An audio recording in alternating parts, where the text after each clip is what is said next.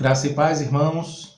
Estamos aqui reunidos neste canal digital, com o nosso grupo de transmissão, nesta Escola Bíblica Dominical, dia 29 de maio de 2020, ainda no período de isolamento social, mais uma semana vencida, a glória do Senhor, e nós estamos agora entrando no capítulo 5, vamos finalizar o capítulo 4 de Hebreus e adentraremos logo também no capítulo 5 de Hebreus. Recapitulando o que nós vimos até agora no livro de Hebreus, nós estamos estudando, como é de conhecimento dos amados, o livro de Hebreus, desde o capítulo 1, algumas semanas atrás. Temos visto o argumento do escritor de Hebreus sobre a superioridade de Cristo sobre os anjos, sobre Moisés e o descanso que Moisés oferece, sobre Josué e o descanso que Josué oferece. Então, Cristo tem sido demonstrado como superior e o culto cristão como superior, a adoração pós-sacrifício de Jesus como superior àquela adoração que era prestada antes. Então, vamos entrar agora no novo argumento de que o sacerdócio de Cristo é superior ao sacerdócio dos sumos sacerdotes do Antigo Testamento. Esse é o argumento que ele mostra agora. E quais são os benefícios para nós, que somos adoradores do Senhor, pela mediação de Jesus Cristo, porque ele morreu na cruz do Calvário e ressuscitou ao terceiro dia e hoje ele intercede por nós. Oremos. Querido Deus, glorioso Pai, em nome de Jesus, ó Pai, nós te agradecemos por esta oportunidade, Senhor, de estudar a Tua Palavra. Te pedimos, ó Deus, em nome de Jesus, abençoa, Senhor. Nos ajuda a fazer a Tua vontade, Pai. Eis aqui, Senhor Deus, o livro de Hebreus, os versículos que nós vamos ler, o estudo, Pai, a preparação, que nós queremos que o Teu Espírito Santo dê aos nossos corações nesta manhã. É isso que nós te pedimos, ó Pai. Queremos aprender do Senhor e te pedimos que o Teu Espírito Santo nos ajude, Deus. Nós oramos agradecidos em nome de Jesus. Amém. Então, vamos fazer a leitura da palavra do Senhor. Será de Hebreus, capítulo 4, leremos a partir do versículo 14. Então, Hebreus, capítulo 4, a partir do versículo 14, e nós leremos também todo o capítulo 5. Então, Hebreus, capítulo 4, verso 14, diz assim: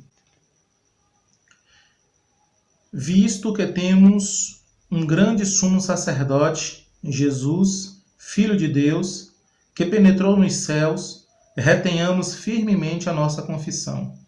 Porque não temos um sumo sacerdote que não possa compadecer-se das nossas fraquezas, porém um que, como nós, em tudo foi tentado, mas sem pecado. Cheguemos, pois, com confiança ao trono da graça, para que possamos alcançar misericórdia e achar graça, a fim de sermos ajudados em tempo oportuno. Porque todo sumo sacerdote, tomado dentre os homens, é constituído a favor dos homens nas coisas concernentes a Deus, para que ofereça dons e sacrifícios pelos pecados, e possa compadecer-se eternamente dos ignorantes e errados, pois também ele mesmo está rodeado de fraqueza. E por esta causa deve ele, tanto pelo povo como também por si mesmo, fazer oferta pelos pecados.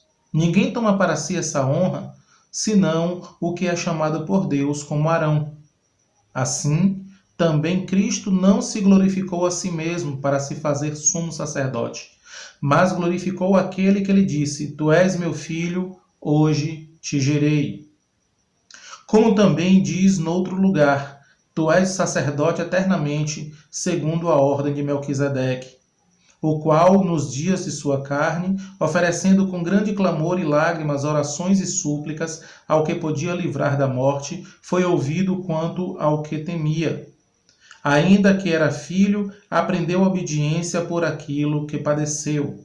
E, sendo ele consumado, veio a ser a causa de eterna salvação para todos os que lhe obedecem.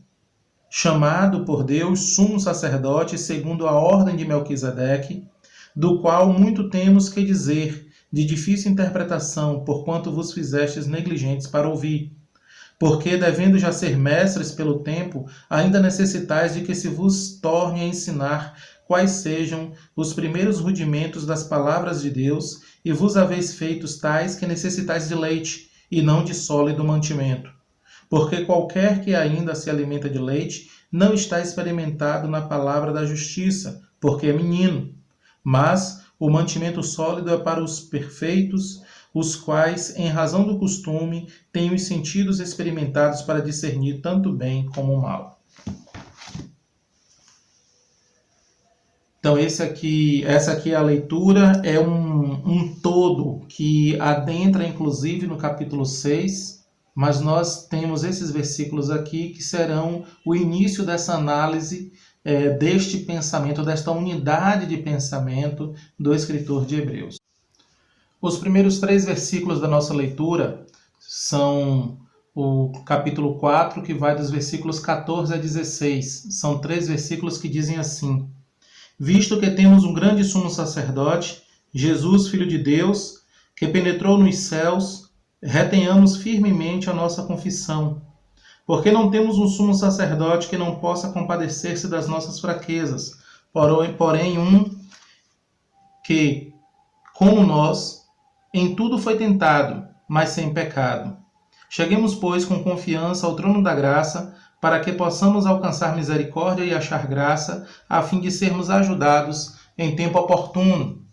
Esses 3 versículos mostram o início dessa unidade de pensamento do escritor, e algumas coisas que ele escreve aqui, elas são tremendamente propositais, não podem ser encaradas como aspectos meramente coincidentes aqui nesses versículos. Pelo contrário, ele pensa em cada palavra, ele encaixa cada palavra para que ela possa verdadeiramente fazer um link com as anteriores e com as que virão depois, para poder demonstrar um pensamento: a superioridade do sacerdócio de Jesus como sumo sacerdote sobre os sacerdotes ou sumos sacerdotes do Antigo Testamento, e com isso ele demonstrar a divindade de Jesus.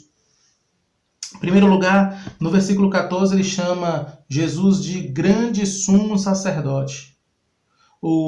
A palavra grande, ela é usada para Jesus aqui como sumo sacerdote e não é usada para os sumos sacerdotes do Antigo Testamento, que mostra aqui a superioridade de Jesus. Ele é demonstrado como grande sumo sacerdote. Isso é interessante porque os outros sumos sacerdotes são colocados sem esse adjetivo. E aqui nós encontramos 2 coisas. Primeiro, o nome de Jesus, que ele usa mais uma vez. É interessante que esse nome ele aparece 9 vezes na Epístola aos Hebreus, e depois ele chama Filho de Deus. Então, Jesus, Filho de Deus. Nós temos aqui a junção de 2 ideias sobre Jesus que elas precisam andar de mãos dadas sempre. Não podemos fazer uma separação total, embora sejam 2 informações que se completam, elas precisam ser sempre consideradas juntas, que é Jesus. Aqui o autor, o escritor de Hebreus, ele está se referindo àquela pessoa histórica, Jesus, aquele filho de carpinteiro, aquele homem que historicamente viveu na Terra Prometida, historicamente foi morto debaixo do governo de Pôncio Pilatos e que historicamente ressuscitou ao 3º dia. E ao chamá-lo Filho de Deus, agora ele está trazendo outro conceito sobre Jesus, a parte divina. Então nós temos o Jesus humano, histórico, uma pessoa histórica, alguém que a história, a arqueologia e tantas outras ciências e conhecimentos humanos não podem negar sua existência. sua passagem sobre a Terra. Até algumas décadas atrás admitia-se que Jesus era uma lenda e tudo mais, mas nenhum historiador que preze o seu currículo hoje, ele poderia dizer que o Jesus histórico não existiu. Ele é obrigado a reconhecer a existência do Jesus histórico pelos dados, pelas fontes bíblicas e extrabíblicas acerca de Jesus. E também essa informação ela é agora juntada à parte humana, à parte divina. Ele é chamado Filho de Deus. Ele é gerado por Deus. Então ele não é criado por Deus, mas ele é gerado. Filho significa gerado. Então ele é da mesma divindade do Pai. E a frase seguinte é que penetrou nos céus. É interessante que essa palavra que penetrou nos céus, ela passa a ideia de passagem livre. É algo que se faz sem obstáculos. Ou seja, a possibilidade de Jesus entrar nos céus foi completa depois de sua morte e ressurreição. Isso nos dá a ideia de que Jesus completou a sua obra e, portanto, ele é digno de penetrar nos céus sem nenhum tipo de resistência pelo seu mérito, por ter terminado a sua obra. E ele também tem esse direito por uma outra característica. O Filho de Deus, ou seja, o divino, tem como seu lugar próprio o céu. Então, o homem, Jesus, que com todos os méritos tem o direito de entrar, de voltar para os céus, e o Filho de Deus penetrou também nos céus pelo fato de ser divino. Então, esse mérito duplo, tanto pela obra consumada, quanto por sua origem, que é Filho de Deus, ou seja, Deus de Deus. É interessante que os céus aqui ele é colocado no plural. Havia entre os judeus, ou até ainda há entre os judeus, sobre o Antigo Testamento, a ideia de que o céu ele tem várias camadas, ou várias etapas, ou várias fases. Primeiro, segundo, terceiro, quarto céu, sétimo céu. As teorias são muitas, mas não tem como nós vermos aqui o fato da palavra céu ser colocada no plural como o fato de que o escritor de Hebreus está confirmando X, Y ou Z quantidade de céus. Vale ressaltar que mesmo sem dar a característica de pluralidade de céus, essa palavra no plural ela é bastante usada no Antigo Testamento, mesmo fora de contexto de quantidade. Então, muito provavelmente o autor aqui tinha a intenção apenas de seguir a linha de escrita que se encontra no Antigo Testamento. Logo depois, no final do versículo 14, ele diz: retenhamos firmemente a nossa confissão. Novamente, nós encontramos aqui na mente do escritor a ideia da graça salvadora, usando o esforço humano como um sinal de cristianismo verdadeiro. Ou seja, embora fique claro para nós que somos salvos pela graça, somos sustentados pela graça e seremos glorificados pela graça, aqui nós encontramos mais uma vez a palavra, né, nos mostrando que existe da parte de Deus uma exigência para nós sobre esforço próprio. Para que nós nos esforcemos, diz, retenhamos firmemente a nossa confissão. De alguma maneira, por algum motivo, o Senhor ele deseja que haja essa combinação entre a sua graça salvadora e mantenedora com o esforço humano, claro, esse esforço baseado na graça e na provisão do Senhor. Não é o esforço humano como obras para a salvação, mas sim uma comprovação de que a pessoa é salva pelo fato dela já andar fazendo a vontade do Senhor. Vamos para o versículo 15, que diz: porque não temos um sumo sacerdote que não possa compadecer-se das nossas fraquezas, porém um que, como nós, em tudo foi tentado, mas sem pecado. Aqui, diferente do argumento do capítulo 2, nós temos uma verdade sobre o fato de que Jesus intercede por nós, de que Jesus está a nosso favor, começando com uma negativa, ou seja, porque não temos um sumo sacerdote que não possa compadecer-se das nossas fraquezas. O motivo dele fazer essa mudança é justamente porque ele pensa, na imaginação dele, a ideia aqui que acredita-se que ele tinha em mente é que ele talvez estivesse imaginando alguém que estava ali argumentando contra os argumentos que ele estava colocando. Ele imaginando talvez alguém debatendo com ele. Então aqui é meio que como se fosse uma resposta a esse debatedor, a esse contestador. E ele diz, olha, o sumo sacerdote que nós temos, ele pode compadecer-se das nossas fraquezas, porque como nós, ele foi tentado em tudo.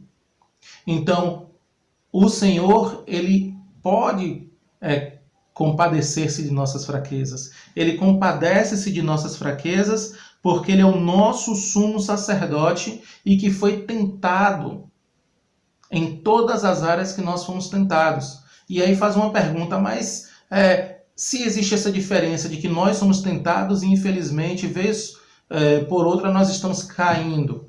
Mas Jesus, ele foi tentado de todas as maneiras como nós, mas sem pecado. Isso não faz com que as tentações que caíram sobre ele não sejam diferentes das tentações que caíram sobre nós? Na verdade, não. Pelo contrário, isso mostra que é uma base ainda maior para nós acreditarmos nessa compaixão, no fato de que ele se compadece por nós, porque ele passou justamente pelas mesmas provações, pelas mesmas tentações, né? Isso daí é uma segurança tremenda para cada um de nós. O versículo 16, ele é uma consequência lógica do que está escrito nos versículos 14 e 15. Diz assim: cheguemos, pois, com confiança ao trono da graça, para que possamos alcançar misericórdia e achar graça, a fim de sermos ajudados em tempo oportuno. Essa palavra pois, aí no versículo 16, ela mostra que o argumento desse versículo é uma consequência do 14 e do 15. Então, no 14 e no 15, nós temos um grande sumo sacerdote que penetrou nos céus e que nos ajuda ou que nos exorta a retermos firmemente a nossa confissão. Que nós temos um grande sumo sacerdote que se compadece das nossas fraquezas, que ele conhece tudo pelo que nós passamos, ele foi tentado em tudo pelo que nós fomos tentados, só que com a diferença de que ele não cometeu pecado. Então, por causa de tudo isso, nós temos esta palavra que ele coloca agora no versículo 16, né? Cheguemos, pois. Essa palavra pois é uma palavra que denota consequência, que traz para nós uma consequência lógica do argumento usado nos dois versículos anteriores. O que é importante porque nos dá confiança. Nós temos a confiança, essa confiança que é o Senhor que nos dá, que é o Senhor que equipa os nossos corações para termos essa confiança, que quando nós chegamos no trono da graça com confiança, nós temos uma ousadia que antes era um conceito que não existia. O Senhor Jesus que vai passar para nós esse novo conceito de adoração com confiança, com ousadia, quando ele nos ensina que nós oramos ao Pai Nosso. Antes, o Senhor não era chamado de Pai. Esse conceito de Pai, Jesus nos dá e ele difere da ideia que muitos judeus, muitos hebreus antes, eles tinham de um Deus distante, totalmente transcendente, sem nenhuma imanência, ou seja, que não se chegava perto da gente. Agora Jesus traz um novo conceito, o conceito da paternidade. E ele nos diz que nós podemos chamar o Senhor de Pai. Isso nos dá uma confiança a mais. Por isso nós chegamos com confiança no trono da graça. E nós assim alcançamos misericórdia e graça. O Senhor, ele usa a sua misericórdia a nosso favor e por causa dessa misericórdia ele derrama graça sobre cada um de nós.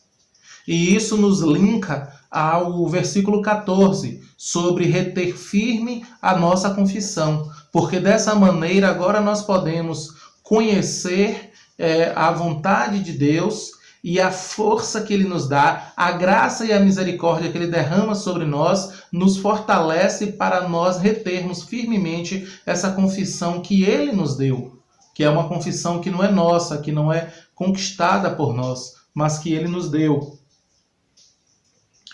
E a consequência direta disso tudo é a fim de sermos ajudados em tempo oportuno.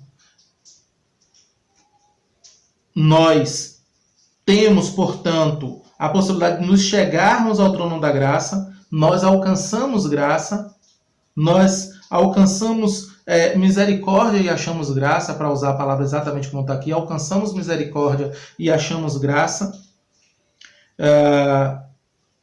Para quê? Para nós sermos ajudados em tempo oportuno. Essa ajuda em tempo oportuno nos lembra justamente 1 Coríntios, capítulo 10, versículo 13. 1 Coríntios, capítulo 10, versículo 13.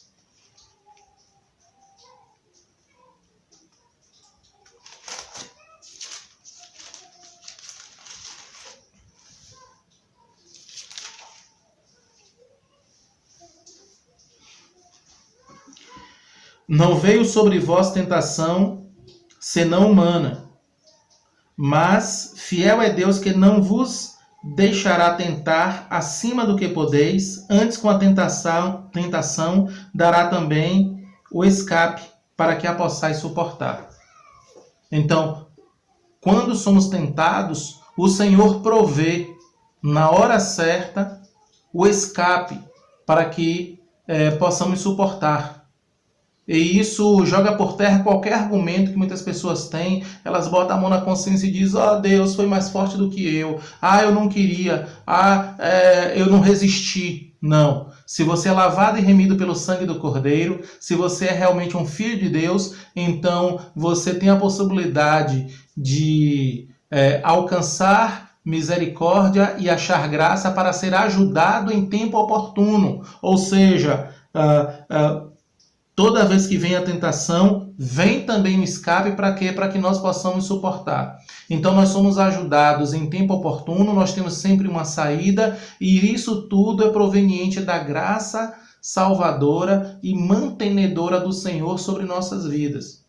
Então esses primeiros 3 versículos, eles têm essa maravilha para cada um de nós, porque vão dizer ou nos mostram o quanto o Senhor ele provê para nós uma salvação maravilhosa e o quanto esse sumo sacerdócio de Jesus ele é infinitamente superior ao sumo sacerdócio dos levitas na época do Antigo Testamento, porque ele pode se compadecer de nós e essa sua compaixão em nosso favor ela é superior pelo fato de que o nosso sumo sacerdote nunca pecou. O desenvolvimento do fato de que os sumos sacerdotes do Antigo Testamento pecaram e as consequências disso, os próximos versículos, ainda do capítulo 5 de Hebreus, vão mostrar. Mas isso já nos dá um vislumbre de qual é a linha de pensamento do autor, no capítulo 5, versículos de 1 até o final, sobre o fato de que Jesus ele é superior aos sumos sacerdotes do Antigo Testamento, porque o sumo sacerdócio dele é baseado nos seus próprios méritos, é baseado na misericórdia e na graça, e é baseado no fato de que ele nunca pecou. Por isso é extremamente, infinitamente superior ao sumo sacerdócio daqueles sumos sacerdotes do Antigo Testamento, porque eles ofereciam, e aqui já adiantando um pouco sobre o que nós vamos ver, eles ofereciam sacrifício tanto em favor da nação quanto em favor de si mesmo.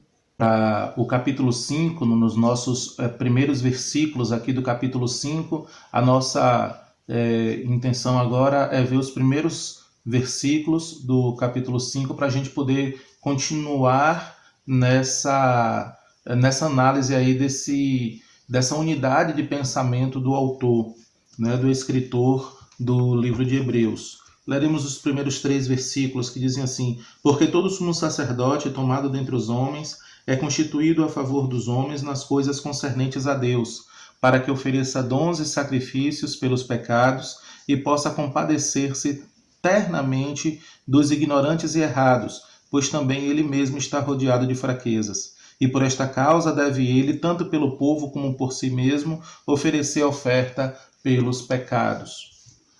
Esse capítulo 5 começa com a palavra porquê, né? Uma espécie de resposta ao que já havia sido colocado desde o versículo 14 do capítulo 4, que quando nós começamos essa análise nesta manhã, e ele vai dizer que todo sumo sacerdote tomado dentre os homens é constituído a favor dos homens nas coisas concernentes a Deus. O primeiro ponto é que o sumo sacerdote ele é tomado dentre os homens. Era necessário que o sumo sacerdote ele fosse um homem como os demais, para que ele pudesse se compadecer deles, para que ele a intermediação, os sacrifícios, as ofertas que fossem oferecidas por esse sumo sacerdote, para que elas fossem aceitas, era necessário que ele fosse igual, que ele tivesse as mesmas limitações, as mesmas capacidades daquelas pessoas por quem ele estava oferecendo dons e sacrifícios. Por isso era necessário que o sumo sacerdote ele fosse igual aos outros homens, por isso tomado dentre os homens. E isso nos traz também o fato de que ele foi tomado.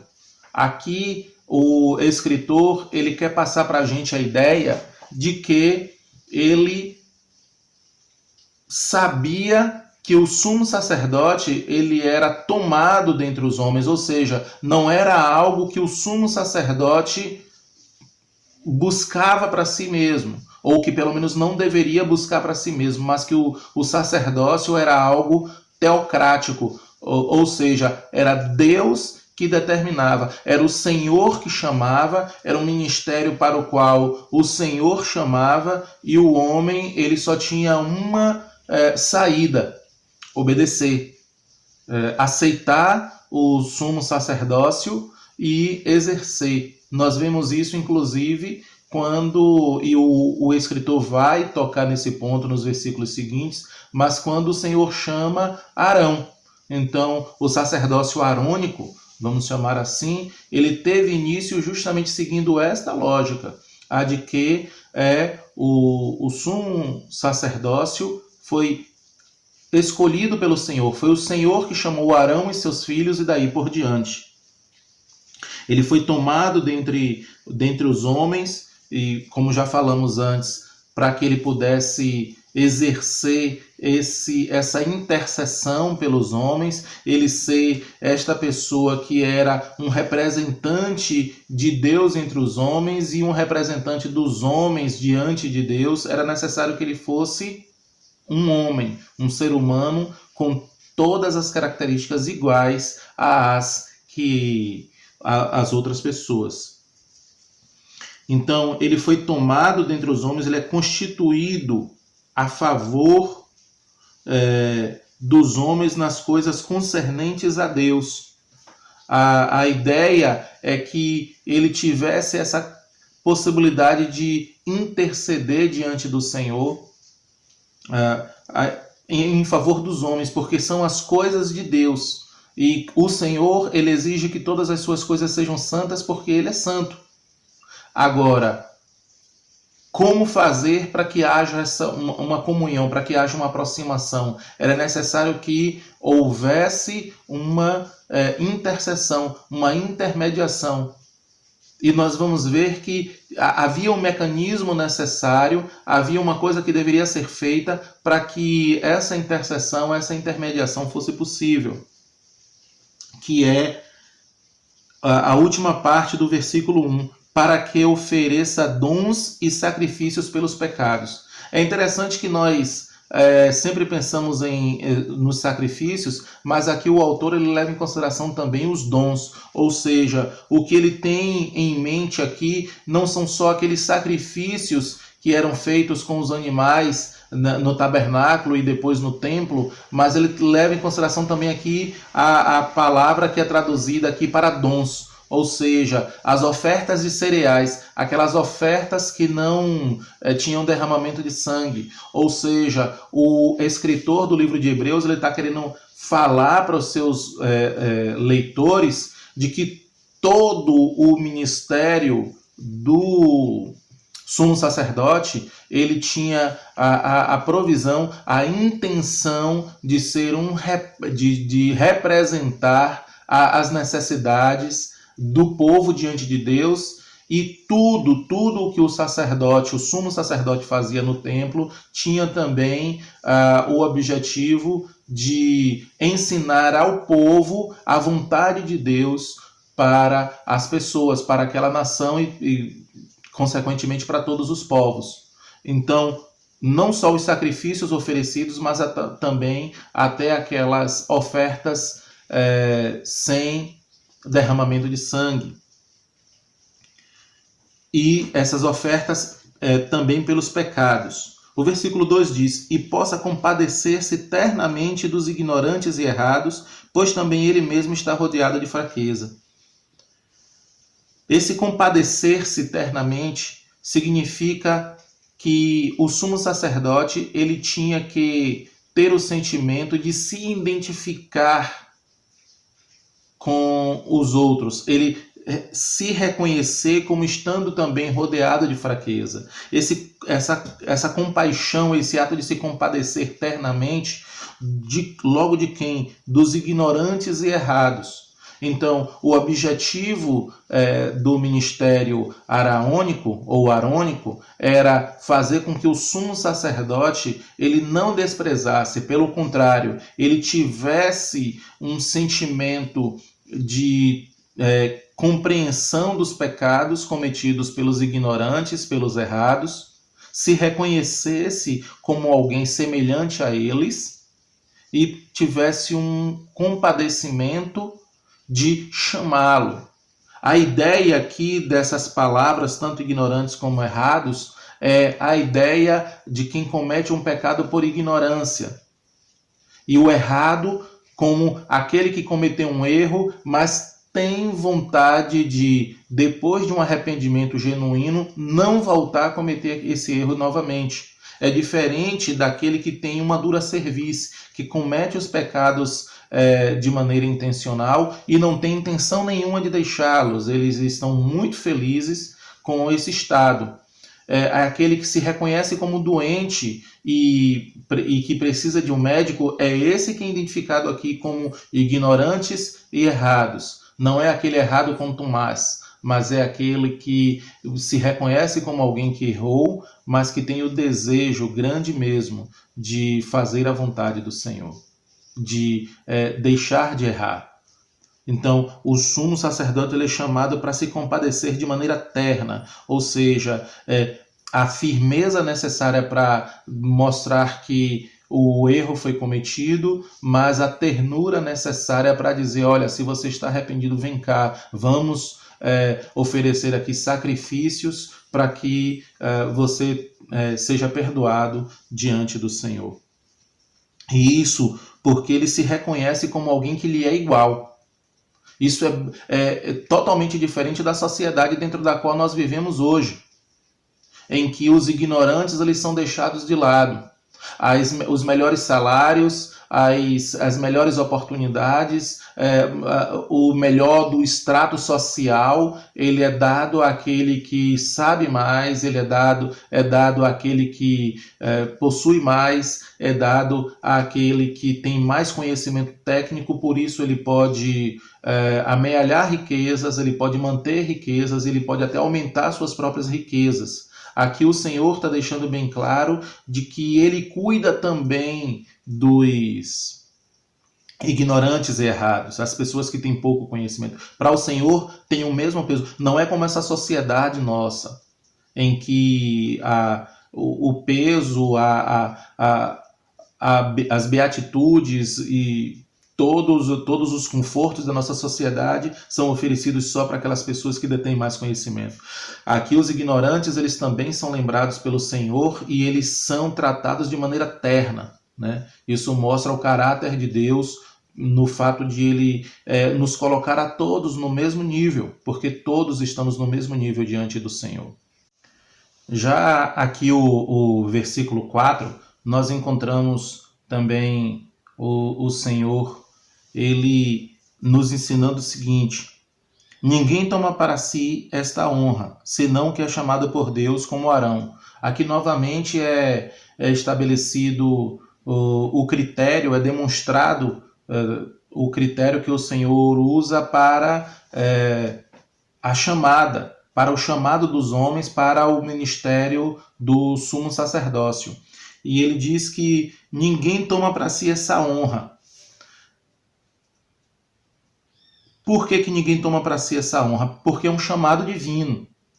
Alguém pode argumentar que talvez ao longo da história alguns homens tenham sido sumos sacerdotes sem ter tido as características necessárias para assumir esse ministério durante a história de Israel e fazendo talvez até um paralelo com o pastorado durante a época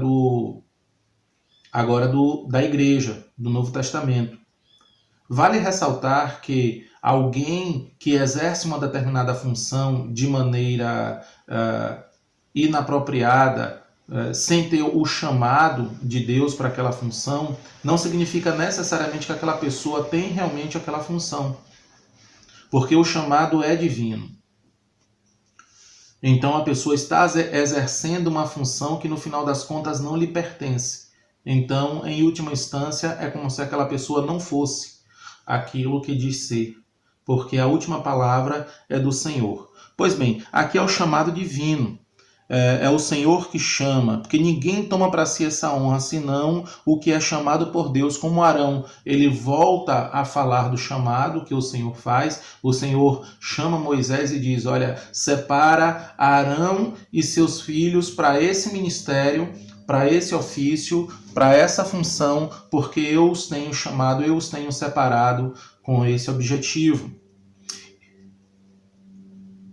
Versículo 5. Assim também Cristo não se glorificou a si mesmo para se fazer sumo sacerdote, mas glorificou aquele que lhe disse: tu és meu filho, hoje te gerei. O que nós encontramos é Cristo, mostrando que Cristo não se glorificou a si mesmo, ou seja, enquanto ele esteve aqui, ele seguiu justamente o caminho que ele mesmo traçou para si, que foi o inverso de o autoesvaziamento. Ele esvazia a si mesmo, ele é obediente até a morte, e antes dessa morte ele se faz semelhante a nós, ou seja, ele segue todos os critérios necessários para o sumo sacerdócio, porque era necessário que o sumo sacerdote ele tivesse as mesmas características das pessoas a quem ele representava. Então, se nós somos seres humanos, em todas as características que nos faz seres humanos, era necessário que esse sumo sacerdote perfeito, ele também tivesse essas mesmas características nossas, nascido de mulher, nascido sob a lei, ele vem e exerce essa função de sumo sacerdote de maneira perfeita, porque ele é igual, ele é 100% homem, igual a todos nós. A única diferença que o separa de nós é o fato de que ele resistiu a todas as tentações e passou por todas as provações sem pecar, de modo que isso não o exclui da humanidade, isso não lhe tira nenhum ponto, nenhum pedaço, nenhuma parte, nada que se possa falar sobre a humanidade pode ser separada de Cristo pelo fato de que ele não pecava e de que ele nunca pecou. Ele é santo, mas em todas as características, com exceção do pecado, ele é igual a nós. Passou por todas as situações que nós passamos. Ele não glorificou a si mesmo. Esse é um dos principais pontos do sacerdócio, do sumo sacerdócio arônico, e deve ser também um dos principais pontos do ministério do cristão hoje em dia, independentemente de qual função ele exerce no reino de Deus, independentemente de qual função ele exerce tanto na igreja que existe no mundo todo, entre todos os salvos ao redor do mundo, quanto dentro de sua igreja local. Qual é a sua função? O Senhor te chamou, o Senhor te colocou em que posição dentro da igreja? Qual é a sua instrumentalidade dentro da igreja? Tanto no que se refere ao alcance mundial, como a igreja que é constituída por todos os santos ao redor do mundo, quanto dentro da igreja local. Independentemente de qual for a sua função, independentemente de qual for o seu trabalho dentro da igreja, não há lugar para orgulho. Não há lugar para glorificar a si mesmo, para ficar inchado com essa questão do pecado de se orgulhar pelo fato de fazer alguma coisa, pelo fato de ter uma determinada função, de ter uma determinada utilidade dentro do reino de Deus. Pelo contrário, somos chamados a seguir o mesmo exemplo de Cristo, de sorte que haja em vós o mesmo que houve em Cristo, que sendo em forma de Deus, não teve por usurpação ser igual a Deus. Antes, esvaziou-se a si mesmo. Conosco é necessário que haja o mesmo sentimento, né, de não se orgulhar pelo fato de que faz isso, faz aquilo outro, de que tem essa ou aquela função dentro da igreja, essa ou aquela função dentro da sociedade. Independentemente de se estamos enquadrados entre aqueles que são condutores ou se estamos enquadrados entre aqueles que são conduzidos. Entre os líderes, que é necessário que haja, porque a hierarquia é algo que o Senhor determina dentro do seu povo, dentro do seu reino, para o crescimento do seu reino. O Senhor ama a ordem, ele ama que haja as coisas todas no seu determinado lugar que ele mesmo determinou, mas ele não deixa, voltando para o versículo 2, ele não deixa de jeito nenhum de compadecer-se dos ignorantes. Todos aqueles que têm facilidade na corrida ali diária dentro do cristianismo, ele dá uma atenção especial, mas ele também não se esquece daqueles que andam mais devagar dentro deste mesmo caminho que é Jesus. Isso nos leva, inclusive, para Isaías capítulo 40, que nos ensina algo maravilhoso sobre o cuidado do Senhor. Aqui em Hebreus, levando em consideração os erros, né, os ignorantes e os errados, mas aqui em Isaías capítulo 40, leva em consideração a dificuldade mesmo na mobilidade. Isaías 40, versículo 10, diz assim: Eis que o Senhor Jeová virá como um forte, e o seu braço dominará. Eis que o seu galardão vem com ele, e o seu salário diante da sua face.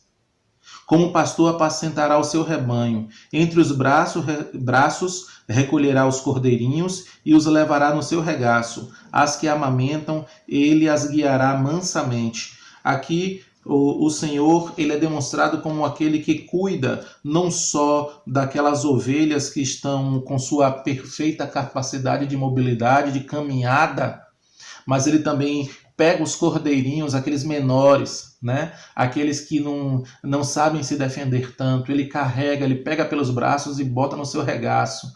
Ou seja, o cuidado especial, o carinho especial. As que amamentam, né? Aquelas que precisam de um determinado cuidado, porque ela está ali agora precisando comer, ela está ali precisando se alimentar e guardar energia tanto para si quanto para aqueles a quem ela amamenta. O Senhor é mostrado como aquele que guia essas mansamente. Nós podemos fazer um paralelo aqui justamente com esse cuidado que o Senhor tem. Porque o Senhor sabe que todos nós temos fraquezas.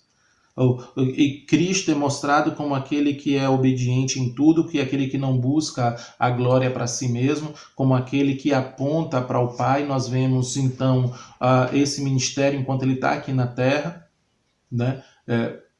Para quê? Para que nós possamos aprender a humildade, para que nós possamos aprender que todos somos iguais, para que nós possamos aprender e vivenciar essa igualdade entre todos nós.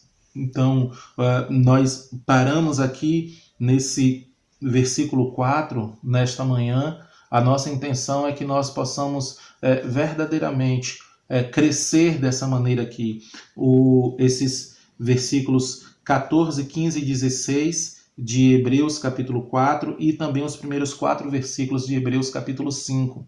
Com essa, é claro que a unidade de pensamento do autor, ela vai muito mais além, ela adentra inclusive no capítulo 6, mas com essa nossa proposta de estudo do livro de Hebreus, a nossa intenção não é pressa, mas sim poder captar, é claro que não de maneira exaustiva, mas captar pelo menos a essência de cada um dos versículos e a sua interconexão com os outros versículos e com outros livros da Bíblia. Então a nossa intenção, a gente pode parar aqui sem problema nenhum e a gente poder ter esse ensinamento maravilhoso de que o sumo sacerdócio de Jesus, ele é superior ao sumo sacerdócio arônico, e o Senhor, ele nos ensina o quanto ele nos ama, ele cuida de nós em nossas fraquezas, ele cuida de nós em nossas necessidades, ele nos guia, ele é o nosso sumo sacerdote, né? Glória a Deus por isso. Oremos. Querido Deus, glorioso Pai, em nome de Jesus Cristo, Senhor, te agradecemos por esta oportunidade, Senhor, que o Senhor nos dá de nesta manhã aprendermos mais da Tua Palavra. Ó Senhor, em nome de Jesus Cristo, Pai, nós te agradecemos por esta bênção tão maravilhosa que o Senhor nos dá, de estarmos reunidos no aprendizado da Tua Palavra. Muito obrigado, Senhor, por este cuidado que o Senhor tem para conosco. Muito obrigado, Senhor, porque o sacrifício de Jesus Cristo, ele é suficiente para nos salvar, nos fortalecer e nos conduzir até o céu. Ó Deus, em nome de Jesus Cristo, Pai, muito obrigado por tudo o que o Senhor tem feito. Muito obrigado por permitir que nós possamos chegar com confiança, Senhor, diante de Ti, diante do trono da graça. Muito obrigado por permitir que nós possamos achar graça e encontrar misericórdia diante do Teu altar. Muito obrigado, Senhor. Fortalece Tua igreja, Pai. Fortalece o Teu povo. Nos ajuda, Senhor. Em nome de Jesus nós oramos. Amém.